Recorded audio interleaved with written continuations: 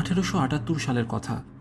আমি London university থেকে MD degree লাভ করে সেনাবাহিনীতে সার্জেন্ট পদের জন্য প্রশিক্ষণ নিলাম। প্রশিক্ষণ প্রাপ্ত হয়ে ৫ম নর্থাম্বারল্যান্ড ফুসিলিয়ারে সহকারী সার্জেন্ট পদে নিযুক্ত হলাম। সে সময় সেনাবাহিনী ভারতে নিযুক্ত ছিল। আমার ভারতীয় সেনাবাহিনীতে যোগ দেওয়ার আগে দ্বিতীয় আফগান যুদ্ধ শুরু হয়। বোম্বাইতে অবতরণ করে জানতে পারলাম আমার যে সেনা বিভাগের সঙ্গে যাবার কথা সেটা ইতিমধ্যে শত্রু বুহের ভিতর প্রবেশ করেছে। তাই আর দেরি না করে অন্য সেনা অফিসারদের সঙ্গে যাত্রা করলাম এবং এক কথায় নিরাপদেই কান্দাহার পৌঁছে গেলাম এবং আমার বিভাগের সঙ্গে পরিচিত হয়ে নতুন দায়িত্ব বুঝে নিলাম। যুদ্ধ শেষে অন্যান্যদের ভাগ্যে কিছু সুফল ফললেও আমার ভাগ্যে তার ছিটে ফোটাও কিছু জুটল না। বরং দুর্ভাগ্য আমাকে তাড়া করে ফিরতে লাগলো। আমাকে আমার দল থেকে বিচ্ছিন্ন করে বার্কশায়ারের সঙ্গে যুক্ত করা হলো, যেখানে আমি এক মর্মান্তিক যুদ্ধের সামিল হলাম। খুনে গাছিদের হাতেও ধরা করতে করতে বেঁচে গেছি আর্দলি মুরের জন্য। ঘোড়ার পিঠে ফেলে নক্ষত্র বেগে সে আমাকে নিয়ে এসেছে ব্রিটিশ সৈন্যদের মধ্যে। অশেষ কষ্ট ভোগের দরুন আমার শরীর ভেঙে পড়ল। অবশেষে আমাকে একটি বিরাট ট্রেনে তুলে দেওয়া হলো। আহত জখম সৈনিকে পূর্ণ বিরাট ট্রেনটির মধ্যে আমার ঠাঁই হলো। পেশোয়ারের বেস হসপিটালে আমি নিত হলাম। এখানে যাই হোক, আমি অনেকটা সুস্থ হয়ে উঠলাম, হাঁটাচলাও করতে লাগলাম। কিন্তু তারপরেই আক্রান্ত হলাম অভিশপ্ত ভারতীয় আন্তরিক ব্যাধিতে। এত দুর্বল আর শারীরিকভাবে অসমর্থ হলাম যে একদল চিকিৎসক ঠিক করলো যে কাল বিলম্ব না করে আমাকে লন্ডনে পাঠিয়ে দেওয়া হবে। সেই মতোই আমাকে লন্ডনের উদ্দেশ্যে আর্নেস্ট নামক জাহাজে যাত্রা করিয়ে দেওয়া হলো। 1 মাস পরে আমার জাহাজ পোর্ট মাউথ জেটিতে ফিরল। আমি 9 মাসের ছুটি পেলাম স্বাস্থ্য পুনরুদ্ধারের জন্য। স্বজনহারা লন্ডনে আমার আত্মীয় বলতে কেউ ছিল না, সুতরাং প্রবাসী একাকী হলাম আমি। তবে যা পেলাম তাই বা মন্দ কি? প্রাণ ভরে নিঃশ্বাস নেওয়ার মতো মুক্ত বাতাস আর দৈনিক খরচ মেটানোর জন্য 11 শিলিং 6 পেন্স। এই অবস্থায় আমি একটি মালিকানা ভিত্তিক হোটেলে কিছুদিনের জন্য থাকার ব্যবস্থা করলাম। কিন্তু 2 দিন পর বুঝতে পারলাম ওই টাকায় হোটেলে থাকা সম্ভব নয়। হয় আমাকে লন্ডন ছেড়ে যেতে হবে, না হয় জীবনযাপনের ধারা পাল্টাতে হবে। শেষেরটাই সহজ মনে হলো। কারোর বাড়িতে সস্তায় থাকা খাওয়ার জায়গা খুঁজতে লাগলাম। এইসব 7-5 ভাবতে ভাবতে আমি সেদিন ক্রাইটেরিয়ান বারে দাঁড়িয়েছিলাম। এমন সময় কেউ একজন আমার কাঁধে চাপ দিল। আমি পিছনে ফিরে তাকিয়ে দেখলাম, অবাক কাণ্ড, এই যে স্ট্যামফোর্ড। আরে এই তো আমার অধীনে ব্যান্ডেজ বাঁধাইয়ের কাজ করত। আমার মনে পড়ল যখন সেনাবাহিনীতে ছিলাম তখন এই স্ট্যামফোর্ড কখনোই এমন বন্ধু সুলভ ছিল না, বরং অনেকটা অনুগতের মতো ছিল। কিন্তু এখন সে বেশ খোলামেলা এবং প্রাণবন্ত।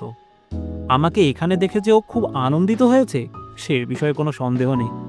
আনন্দ ঘন মুহূর্তে আমি স্ট্যামফোর্ডকে আমার সঙ্গে দুপুরের আহার গ্রহণের আমন্ত্রণ জানালাম। একটা ছ্যাকড়া গাড়ি নিয়ে রওনা হলাম হলবর্ন অভিমুখে লাঞ্চ করবার জন্য। গাড়ির মধ্যেই স্ট্যামফোর্ড জিজ্ঞেস করল, ওয়াটসন, এ কি ছিঁড়ি হয়েছে তোমার? চেহারাটা তো দেখছি তক্তার মতো পাতলা আর বাদামের মতো বাদামি করে ফেলেছ। সংক্ষেপে আমার অ্যাডভেঞ্চারের ইতিবৃত্তি শোনালাম। গাড়ি পৌঁছে গেল হলবর্নে। খেতে বসে সহানুভূতি সুরে স্ট্যামফোর্ড বলল, খুবই দুঃখজনক ব্যাপার। তা এখন কি করবো ভাবছ? ওই সস্তায় মাথা গোজার আস্তানা খুঁজছি আর কি। অদ্ভুত ব্যাপার তো। তুমি আজ দ্বিতীয় ব্যক্তি যিনি ওই কথাটা বললেন। তো প্রথম ব্যক্তিটি কে? একজন লোক, তিনি হাসপাতালের কেমিক্যাল ল্যাবরেটরিতে কাজ করে। তিনি একটি সুন্দর ব্যবস্থার বাড়িতে থাকার জন্য অংশীদারির কথা বলছিলেন। তুই অবাক কাণ্ড। যদি তিনি একজন থাকার এবং খরচের ব্যাপারে অংশীদারি পেতে চান তাহলে আমি সেই ব্যক্তি। আমি তো একা থাকার চাইতে একজন সঙ্গী পেতে চাই। মদের গ্লাস নাড়তে নাড়তে একটু গভীরভাবে স্ট্যামফোর্ড বলল, তুমি এখনো শার্লক হোমসকে চেনো না মনে হয়। তুমি বরাবরের মতো তাকে সঙ্গী বা সাথী হিসেবে পাবে না। কিন্তু কেন? তার কি বিরূপতার কিছু আছে নাকি? ওহো, আমি তার বিরূপতার কিছু বলছি না, তবে তিনি এক অদ্ভুত চরিত্রের মানুষ। ও, আমার মনে হয় তিনি একজন মেডিকেলের ছাত্র। না, ও যে কি চায় সেটা একটা রহস্য। অ্যানাটমি ভালো জানে, কেমিস্ট্রিতে তুখো, কিন্তু ধরা বাঁধা মেডিকেল ক্লাস কোনো করেননি। এলোমেলো উদ্ভট বিষয়বস্তু নিয়ে পড়াশোনা করেছে বিস্তর। বাইরে জ্ঞান ওর এত বেশি যে অনেক প্রফেসরের মাথা মুন্ডু ঘুরে যায় সেই বিদ্যার নমুনা শুনলে। তাহলে তার জীবনের লক্ষ্যটা কি জিজ্ঞেস করনি? না, ও লোকের পেট থেকে সহজে কথা বের করা যায় না, কিন্তু আবার মুড হলে উনি একদম অন্য মানুষ, তখন মুখে তুবড়ি ছোটে। তাহলে আমি তার সাথে দেখা করতে চাই। যদি আমি কারোর সঙ্গে থাকতে পারি, আমি অবশ্যই পড়ুয়া এবং শান্ত স্বভাবের মানুষ পছন্দ করি। আমি আর এখন ওই হই হল্লা স্নায়ুচাপ সহ্য করতে পারি না। এসব যখন আফগানিস্তানে ছিলাম তখন অনেক শুয়েছি। আচ্ছা, আমি কিভাবে তোমার ওই বন্ধুটির সাথে সাক্ষাৎ পেতে পারি? স্ট্যামফোর্ড বলল। নিশ্চয়ই, তিনি এখন গবেষণাগারেই আছেন। তিনি কখনো সপ্তাহখানেকের জন্য কোথাও থাকেন, আর তা না হলে তার কাজের জায়গা গেলে সকাল থেকে রাত পর্যন্ত বসে থাকে। যদি তুমি চাও তাহলে দুপুরে খাওয়া দাওয়ার পর আমরা সেখানে যেতে পারি। আমি তৎক্ষণাৎ রাজি হয়ে বললাম, নিশ্চয়ই, তাহলে তাই যাব। আমরা হোটেল ছেড়ে হাসপাতালের উদ্দেশ্যে বেরিয়ে পড়লাম। যাওয়ার পথে স্ট্যামফোর্ড ভদ্রলোকের সম্পর্কে আরও অনেক কিছু বলল, যিনি আমার আবাসস্থলের অংশীদার হবেন। ওয়াটসন, শার্লক হোমসের সঙ্গে যদি তোমার বনিবনা না হয়, আমাকে কিন্তু দোষ দিও না। ল্যাবরেটরিতে মাঝে মাঝে ওকে দেখেছি, এর চেয়ে বেশি খবর আমি জানি না। তুমি দেখা করতে চাইছো বলে যাচ্ছি, আমাকে পরে যেন দুশো না। বনিবনা না হলে না হয় ছাড়াছাড়ি হয়ে যাবে। কিন্তু ব্যাপার কি বলো তো স্ট্যামফোর্ড, তুমি মাঝে থাকতে চাইছো না কেন? খুব বদমেজাজি লোক নাকি? এই, তুমি আমাকে সব খুলে বলো তো। স্ট্যামফোর্ড হেসে বলল, অনেক জিনিস বলেও বোঝানো যায় না। আমার কি মনে হয় জানো, হোমস একজন বৈজ্ঞানিক হলেও হতে পারে। তিনি এমনিতে খুব শান্ত মস্তিষ্কের মানুষ, তার উপস্থিতি প্রমাণ করে তার জ্ঞান ভাণ্ডার সঠিক। তবে এটি জেনে নিতে হয়, যখন কোনো জিনিস নিয়ে তিনি উঠে পড়ে লাগেন, তখন সেটির উপর কষাঘাত চলতেই থাকে। কষাঘাত জিনিসের ওপর? হ্যাঁ, আরে আমি সচক্ষে দেখেছি তাকে তা করতে। এমনকি মৃতদেহের উপরেও পরীক্ষা নিরীক্ষার খামতি হয় না। হ্যাঁ, এরপরেও তুমি বলবে তিনি চিকিৎসা ছাত্র নন? না, একমাত্র ভগবানই জানেন তার পড়াশোনা কী বিষয়। যা হোক, আমরা এসে গেছি, এখন তুমি তার সম্পর্কে ধারণা লাভ করতে পারবে। কথা বলতে বলতে আমরা সরু গলিপথ দিয়ে এগিয়ে চলছি। এমন সময় আমরা একটি দরজার সামনে এসে দাঁড়ালাম। আমরা হাসপাতালে প্রবেশ করে আরও খানিকটা এগিয়ে গিয়ে ল্যাবরেটরিতে পৌঁছালাম। এটি একটি বিরাট ঘর। সারি সারি শিশি, বোতল, টেস্ট টিউব, বকযন্ত্র ছড়ানো ছিটানো অবস্থায় রয়েছে। নীল আলো জ্বালিয়ে বুনসেন দ্বীপগুলো কিসের যেন অপেক্ষায় রয়েছে দেখলাম। এত বড় হলঘরটায় একজন মাত্র ছাত্র দূরের একটি টেবিলের ওপর ঝুঁকে পড়ে কি যেন পরীক্ষার কাজে ব্যস্ত রয়েছে। আমাদের পায়ের শব্দে তার ধ্যান ভঙ্গ হলো। তিনি ঘাড় বেঁকিয়ে এক নজর দেখলেন। আনন্দের অতিশয্যে একরকম লাফিয়ে চিৎকার করে উঠলেন, পেয়েছি স্ট্যামফোর্ড, পেয়েছি। হাতে একটি টেস্ট টিউব নিয়ে আমাদের দিকে ছুটে এলেন এবং বলেন, জানো, আমি একটি বিকারক পেয়েছি যেটি এই তলানিতে দেখা যাচ্ছে, আর এটি একমাত্র সম্ভব হয়েছে হিমোগ্লোবিনের দ্বারা, তাছাড়া অন্য কিছুর দ্বারা নয়। স্ট্যামফোর্ড বললেন, ডক্টর ওয়াটসন, ইনি হলেন শ্রীযুক্ত শার্লক হোমস। উষ্ণ করমর্দন করে হোমস বললেন, কেমন আছেন? আমার বিশ্বাস আপনি নিশ্চয়ই আফগানিস্তানে ছিলেন। আমি অবাক হয়ে বললাম, আপনি জানলেন কি করে? তা জেনে কি হবে, প্রশ্ন এখন এই হিমোগ্লোবিনকে নিয়ে। আমার আবিষ্কারটি গুরুত্ব নিশ্চয়ই অনুধাবন করেছেন। রাসায়নিকভাবে এটি অবশ্যই চিত্তাকর্ষক, সে বিষয়ে কোনো সন্দেহ নেই, কিন্তু কার্যক্ষেত্রে কেন? এটি তো বছরের পর বছর ধরে চিকিৎসা ক্ষেত্রে উপযুক্ত আবিষ্কার। এটি তো আমাদের রক্ত পরীক্ষার ক্ষেত্রে ব্যবহৃত হয়। এই কথা বলে শার্লক হোমস আমার কোটের কোণা ধরে টেনে যে টেবিলটায় তিনি কাজ করছিলেন সেখানে নিয়ে গেলেন। বললেন, আসুন আমরা টাটকা রত্ন নিই। সত্যি অবাক কাণ্ড। তিনি তার আঙ্গুল চিরে পরীক্ষা পাত্রে টাটকা রক্তের ফোঁটা ফেললেন। দেখুন তো, এবার জলের সঙ্গে এর মিশ্রণটি দেখুন। পরিষ্কার জলের মতোই তো দেখাচ্ছে, তাই না? তার কারণ আনুপাতিক হার এখানে ঠিক নেই। যা হোক, এবার আমরা এর অবশ্যম্ভাবী ফল দেখতে পাব। এই বলে তিনি পাত্রটির মধ্যে কয়েক টুকরো ক্রিস্টাল পাথর ফেললেন। তারপর কিছু স্বচ্ছ তরল পদার্থ ঢালেন। পাত্রটির মধ্যে তরলের রং মেহগনি রঙের মতো বদলে গেল। আর কাচের পাত্রটির তলায় কিছু গুঁড়ো গুঁড়ো পদার্থ জমে থাকল। হাততালি দিয়ে অট্টহাস্য করলেন শার্লক হোমস এবং শিশু সুলভ আনন্দে মেতে উঠে বলেন, হ্যাঁ, এবার কি ভাবছো? আহ, এটি খুব সুন্দর একটি পরীক্ষা। আগেকার গুয়েকাম পরীক্ষা ছিল বড়ই জ্যাবরা এবং অনিশ্চিত। এখন রক্তের সময় বিচারে এই পরীক্ষা অনেক বেশি ফলদায়ী হবে। আমি অনুচ্চ স্বরে বললাম, হ্যাঁ হ্যাঁ, তা তা সত্যি। জানো, ক্রিমিনাল কেসগুলো একটি পয়েন্টে ঝুলে থাকে। কোনো ব্যক্তি দোষী সাব্যস্ত হলো, কিন্তু তার জামা কাপড় পরীক্ষা করে কোন দাগ কিসের তা বুঝবার উপায় ছিল না। এটি রক্তে, কাদা না মরছে। অতি বড় বিশেষজ্ঞরাও এ ব্যাপারে হিমশিম খেত, কারণ পরীক্ষা নিরীক্ষার সঠিক পদ্ধতির অভাব এর জন্য দায়ী। এখন আমার শার্লক হোমসের পরীক্ষার সুফল পাবে, আর সমস্যা থাকবে না। কথা বলার সময় তার চোখ আনন্দে চকচক করছিল। বুকে হাত রেখে অভিবাদন কুড়োনোর ভঙ্গি করলে। তার উদ্যমের প্রশংসা করে আমি বললাম, আপনি অবশ্যই অভিনন্দিত হবেন এটাতে। শার্লক হোমস আরও কিছু বলতে চাইছে দেখে স্ট্যামফোর্ড বলল, আমরা একটা দরকার এসেছিলাম শার্লক। আমার এই বন্ধুকে আপনার কাছে এনেছি আপনার থাকার ঘরের অংশীদার হিসাবে। শার্লক হোমস স্ট্যামফোর্ডের কথায় বেশ খুশি হলেন মনে হলো। তিনি বললেন, বেকার স্ট্রিটে আমার ঘরে নিশ্চয়ই আপনার থাকা চলতে পারে। আমি আশা করি কড়া তামাকের গন্ধ আপনাকে বিরক্ত করবে না। তা করবে না, আমিও ধূমপান করি। তাহলে তো মিটেই গেল। ও হ্যাঁ, আমি তো রসায়ন নিয়ে পরীক্ষা নিরীক্ষা করি, সেটারও নিশ্চয়ই আপনার অসহ্য থাকবে না। আরে না না, আপনার বেহালা শুনতে ভালো লাগে। এটি তো শিল্পীর ওপর নির্ভর করে। তাহলে তো হয়েই গেল। যদি তোমার ঘর পছন্দ হয় তবে তো একসঙ্গে আমাদের থাকার আর কোনো সমস্যা হবে না। হ্যাঁ, তাহলে কখন দেখতে যাব? আগামীকাল দুপুরে এখানে চলে আসো, তারপর একসঙ্গে বেরিয়ে যাব। করমর্দন করে বললাম, তাহলে সেই কথাই রইল, কাল দুপুরে দেখা হচ্ছে। কেমিক্যাল পরিবৃত অবস্থায় হোমসকে রেখে আমি আর স্ট্যামফোর্ড বেরিয়ে এলাম। হেঁটে চললাম হোটেলের দিকে। যেতে যেতে হঠাৎ দাঁড়িয়ে গিয়ে জিজ্ঞাসা করলাম স্ট্যামফোর্ডকে, আচ্ছা, আমি যে আফগানিস্তান থেকে ঘুরে এসেছি, মিস্টার হোমস তা কি করে বুঝলেন? দুর্বোধ্য হাসি হেসে স্ট্যামফোর্ড বলল, ওর অনেক অসাধারণ বৈশিষ্ট্য আছে। এটা তার মধ্যে ছোটোখাটো একটা। বহু লোক ওই আগাম মন্তব্যের বিষয়ে বহু প্রশ্ন করেছে। যাই হোক, তোমাকে অশেষ ধন্যবাদ যে আমাকে এমন ব্যক্তির সঙ্গে একত্রিত করে দিলে। স্ট্যামফোর্ড বলল, এবার তুমি ওকে বুঝে নাও। এরপরে স্ট্যামফোর্ডের থেকে বিদায় নিয়ে ফিরে এলাম হোটেলে। মন কিন্তু পড়ে রইল ওই নতুন বন্ধুটির প্রতি।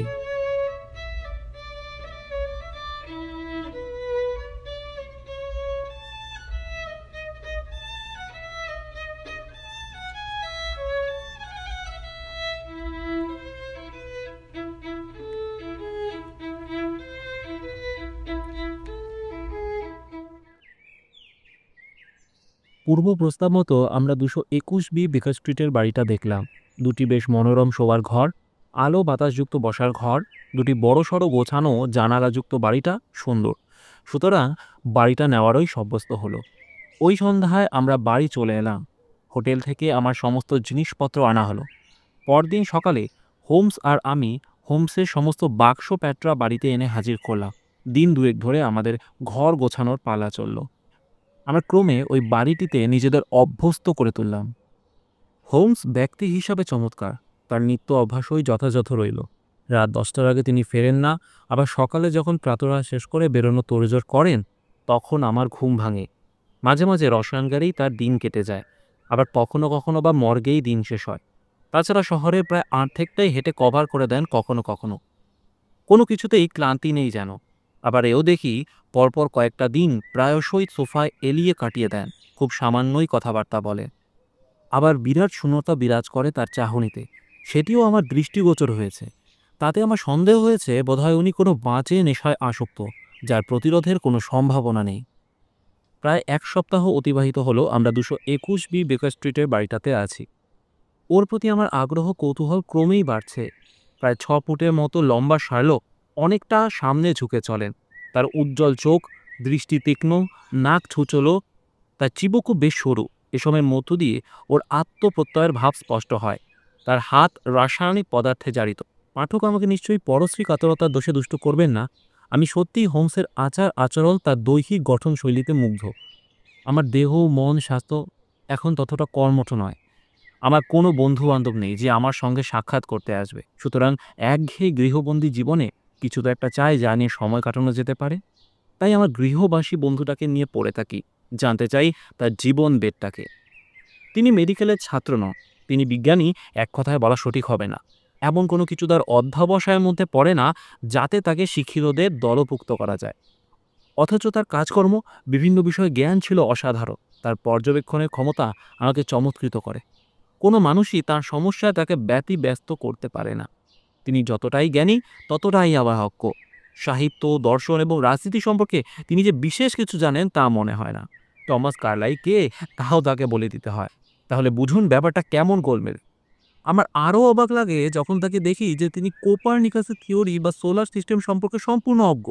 ঊনবিংশ শতকে যে কোনো সভ্য মানুষ জানে পৃথিবী সূর্যের চারিদিকে ঘোরে। অথচ হোমস হোমস আমার অবাক হওয়ার প্রত্যুত্তরে বললেন, আরে দেখো, এটা আমি মনে রাখার চাইতে ভুলতে ভালোবাসি। হ্যাঁ, ভুলতে ভালোবাসো? দেখো, মানুষের মগজের পরিসর খুব একটা আহামরি কিছু নয়। অতএব ও সব আসবাব দিয়ে তা ভর্তি করার কি যুক্তি আছে তুমি বলো? যদি কোনো ব্যক্তি যা দেখছে তাই মনে রাখছে গোছের হয়, তাহলে তার প্রয়োজনীয় জিনিসটা সে রাখবে কোথায়? মস্তিষ্ক তো তার এমনিতেই ভারাক্রান্ত হয়ে রয়েছে। তাই একজন দক্ষ শ্রমিক কোনটা সে মনে রাখবে আর কোনটা রাখবে না সে বিষয়ে খুব সতর্ক থাকে। সে সেই সমস্ত যন্ত্রপাতির বিষয় মনে রাখবে যেগুলো তার ব্যবহারিক জীবনে কাজ করতে সাহায্য করবে। আর এই জন্যই তো অনেক জানা জিনিসও ভুলে যেতে হয়। আমি প্রতিবাদ করে বললাম, তাহলে সৌরশক্তিকেও? আমাকে থামিয়ে দিয়ে হোমস বললেন, আমার কাছে এর গুরুত্ব থাকতে পারছে তুমি বলছো? আচ্ছা, আমরা সূর্যের চারিপাশে ঘুরছি না হয় হলো, কিন্তু যদি আমরা চাঁদের চারিপাশে ঘুরতাম তাতে আমার কি এমন ক্ষতি বা লোকসান হতো বলো? এতে কি আমার কাজের কোনো সহায়তা পেতাম? তার মতে যে জ্ঞান তাকে সহায়তা দেয় না তা তিনি লাভ করতে চান না। আমি হোমসের সম্পর্কে একটি পঞ্জি তৈরি করেছি।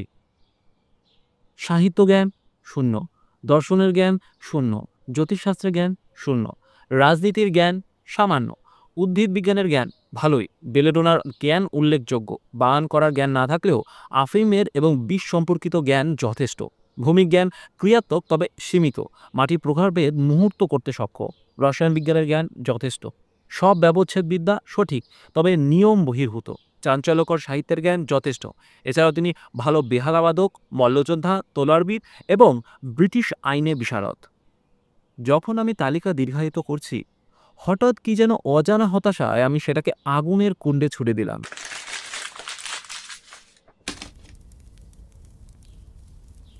আমি তার বেহালা বাজনা শুনতে মুগ্ধ। তিনি যে কোনো সুর খুব সুন্দর বাজাতে পারেন। বিষাদের সুর সমস্ত আকাশ বাতাসকে যেন মোহিত করে। এক কথায় অনবদ্য তার বেহালা বাদন।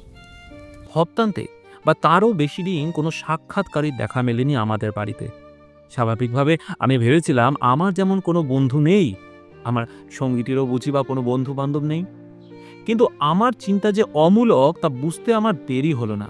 দেখলাম সমাজে বিভিন্ন শ্রেণীর মানুষ তার সঙ্গে পরিচিত।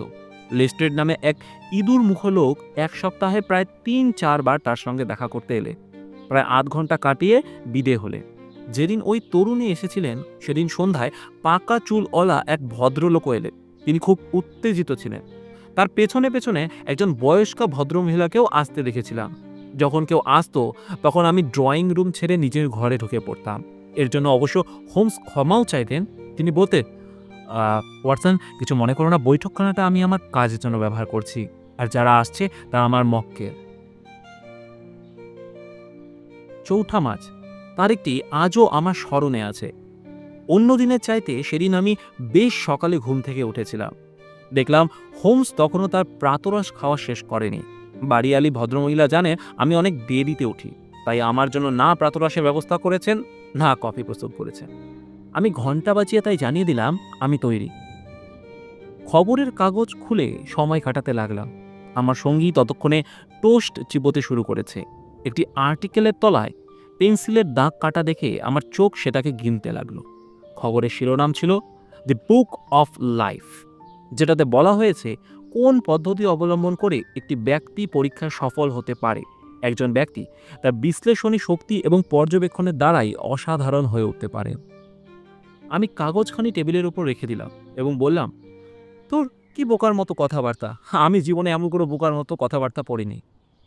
কেন, কি হয়েছে? আরে এই আর্টিকেলটা, আমি তো দেখছি তুমি এটাতে পেন্সিল মার্ক দিয়েছো। সন্দেহ নেই এটা একটি বলিষ্ঠ রচনা, তবু এটি আমার বিরক্ত করছে। আমার মনে হয় কোনো অলস ব্যক্তি একটি আপাত বিরোধী সত্যের কথা বলতে চেয়েছেন। এটার কোনো বাস্তবতা নেই। এ হলো সস্তায় তালি কুড়োনো। তবুও এর বিরুদ্ধবাদীদের আমি 1000 টাকা দেব। শান্তভাবে শার্লকস বললেন, তাতে তোমার টাকাটাই চলে যাবে, কারণ আর্টিকেলটা আমারই লেখা। তোমার লেখা?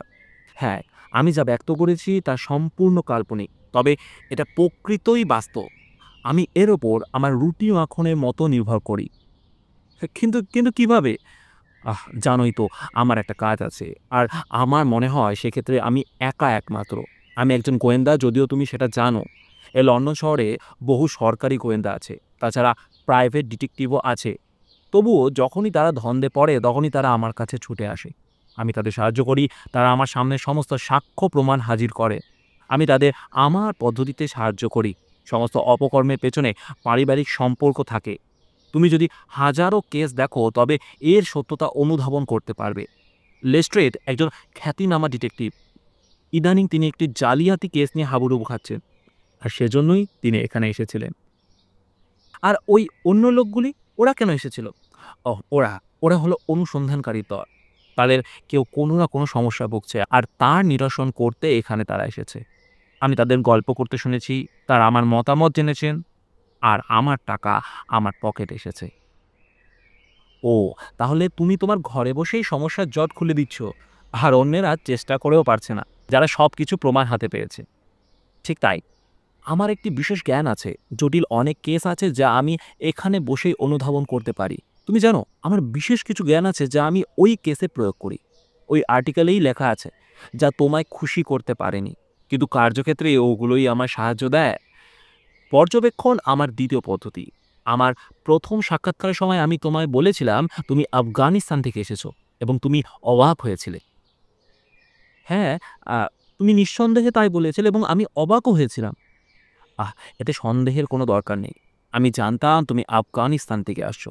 আমার অভ্যাসই হলো অতি সত্ত্ব চিন্তা করতে পারি ও সিদ্ধান্ত নিতে পারি। তোমার চেহারাই বলে দিচ্ছিল তুমি ঊষর কোনো দেশের আবহাওয়া ছিলে। তোমার মুখের রং কালচে। এর মানে এই নয় যে তুমি কালো রঙের। তুমি কঠিন পরিস্থিতির মধ্যে, কষ্টের মধ্যে পড়েছিলে। তোমার রোগা চেহারা অসুস্থতার পরিচয় বহন করছিল। আর্মি ডাক্তারদের বাম হাতে চোট লাগাটাই স্বাভাবিক, আর তোমারও তাই ছিল। তাই বলেছিলাম তুমি আফগানিস্তান থেকে এসেছো। হোমসের কথা শুনে আমি বললাম, তোমার বিশ্লেষণ শুনে এটা খুব সহজ মনে হচ্ছে। তোমার কথায় আমার এডগার অ্যালপেনোর উডপিনের কথা মনে পড়ছে। শার্লক উঠে দাঁড়ালো এবং তার পাইপে অগ্নিসংযোগ করে বলল,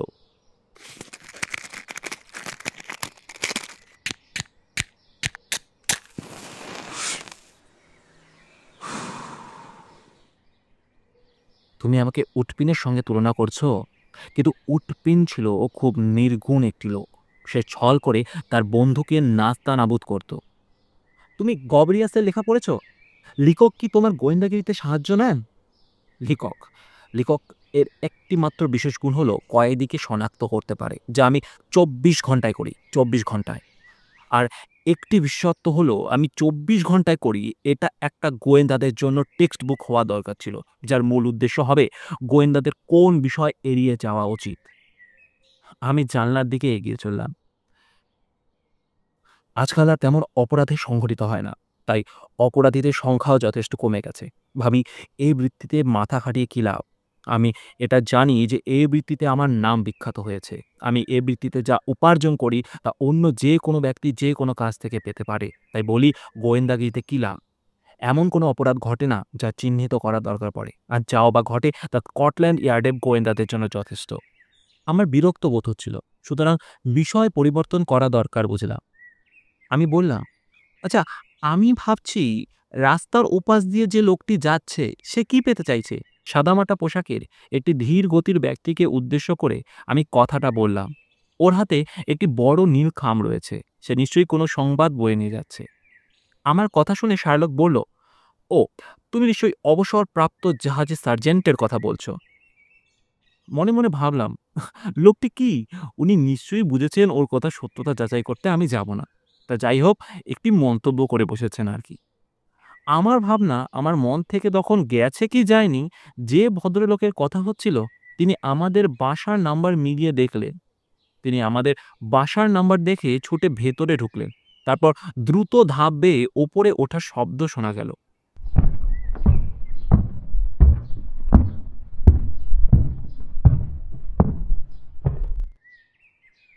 মিস্টার শাওয়া, এই বলে তার দিকে তিনি খামখানা এগিয়ে ধরলেন। আমি সুযোগ বুঝে ভদ্রলোককে জিজ্ঞেস করলাম, হ্যাঁ, আপনি কি কাজ করেন? আগে দারোয়ানি স্যার, উর্দিটা রিপেয়ারের জন্য দিয়েছি। ও আচ্ছা, আগে কি করতেন? রয়্যাল মেরিন লাইফ ইনফ্যান্ট্রিতে সার্জেন্ট পদে ছিলাম। আর কিছু বলবেন স্যার? না, আর কিছু বলবো না। লোকটি অভিবাদন জানিয়ে চলে গেল।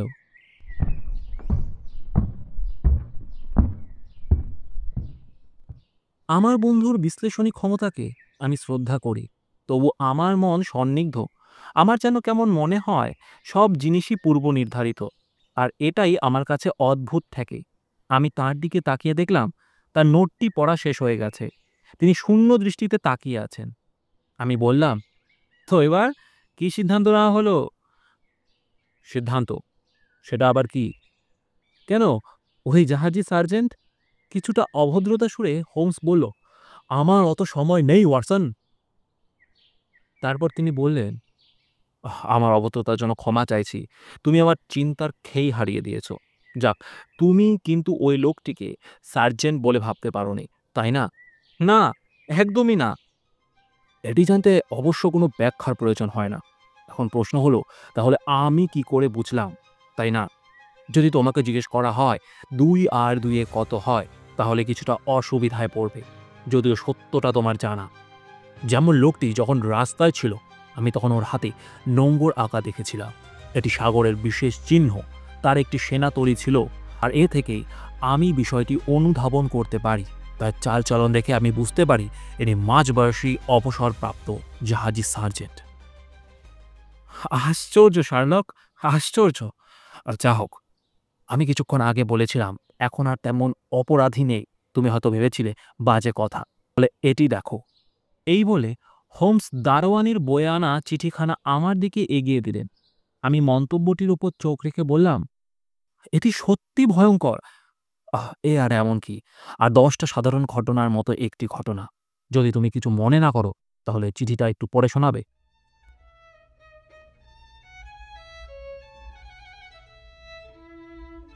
এতক্ষণ আপনারা শুনছিলেন স্যার আর্থার কোনান ডয়েলের লেখা Sherlock Holmes a study in scarlet এর প্রথম পর্ব। দ্বিতীয় পর্ব নিয়ে আমরা খুব শিগগিরই ফিরে আসব। আমাদের আজকে উপস্থাপনা আপনাদের কেমন লেগেছে অবশ্যই কমেন্টে জানাবেন। দেখা হচ্ছে পরের পর্বে।